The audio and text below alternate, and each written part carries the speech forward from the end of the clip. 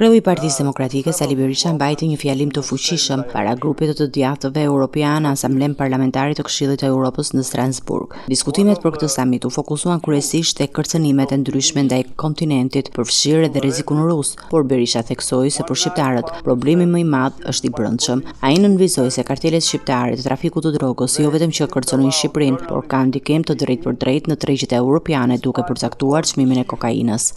Miqt folën për kërcënime të ndryshme, kërcënimin rus, kërcënimin tjetër. Për shqiptarët kërcënimi më i madh ekzistencial është droga. Një shtet narkotik nuk është vetëm një kërcënim i madh për kombin ku ndodhet, por edhe për rajonin dhe për Europën. Të dhënat e fundit tregojnë se kartelet shqiptare të drogës përcaktojnë çmimin e kokainës në të gjithë Europën. Vetëm një person, 2 persona u gjetën se në një vit kishin trafikuar 28 ton kokainë nga Paraguay në Rotterdam dhe mendoi edhe në Antwerp dhe Belgjik. Këto janë zhvillime jo pozitive, por ne po mundohemi të bëjmë më të mirën tonë. Berisha denoncoi edhe miratimin e programit qeverisës pa debat në kuvend, refuzimin e kërkesës së opozitës për mocion dhe debat për këtë program, shkarkimin e punojësve të pushtetit vendor, ndërsa tha se qeveria ka instaluar një sistem përgjimi dhe censure.